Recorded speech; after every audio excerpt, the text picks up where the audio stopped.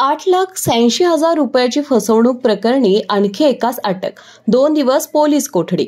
पन्हाळा तालुक्यातील सातवे इथल्या सुप्रिया हिम्मत पवार या महिलेनं बंदिस्त शेळी मेंढी पालन व्यवसायासाठी कर्ज प्रकरण उपलब्ध करून देतो म्हणून हातकणंगले तालुक्यातील तळसंदे इथल्या महिलांची 8,84,000 रुपये इतक्या रकमेची फसवणूक केल्याचा गुन्हा तिच्यावर दाखल आहे।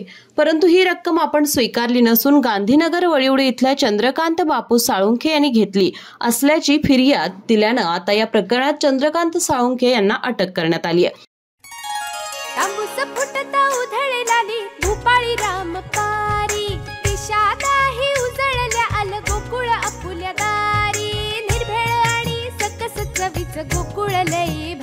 गोकुळची दर्जेदार दुग्ध उत्पादने, गोकुळ अस्सल चव कोल्हापूरची।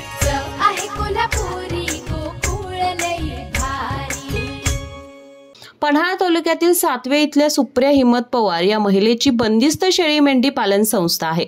या संस्थेच्या माध्यमातून इतरही लोकांना कर्ज प्रकरण करून देतो आणि सबसिडी मिळवून देतो असं सांगत हातकणंगले तालुक्यातील तळसंदे इथल्या काही महिलांची फसवणूक करण्यात आली आहे। या महिलांकडून 8,84,000 रुपये सुप्रिया हिम्मत पवार यांनी स्वीकारल्याची फिर्याद तळसंदे इथल्या माधुरी कांबळे यांनी गेल्या काही दिवसांपूर्वी कोडोली पोलीस ठाण्यात दिली होती।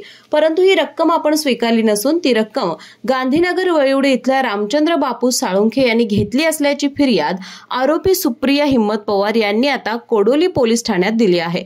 त्यानुसार कोडोली पोलिसांनी शहानिशा करून गांधीनगर वळिवडे इथल्या रामचंद्र साळुंखे यांना ताब्यात घेतलेला आहे। त्याला पन्हाळा न्यायालयात उभे केला असता रामचंद्र साळुंखे यांना 2 दिवसाची पोलीस कोठडी मिळाली। याबाबत कोडोली पोलीस अधिक तपास करत आहेत। अशाच नवनवीन अपडेट पाहण्यासाठी आमच्या केके न्यूज चॅनेलला सबस्क्राइब करा।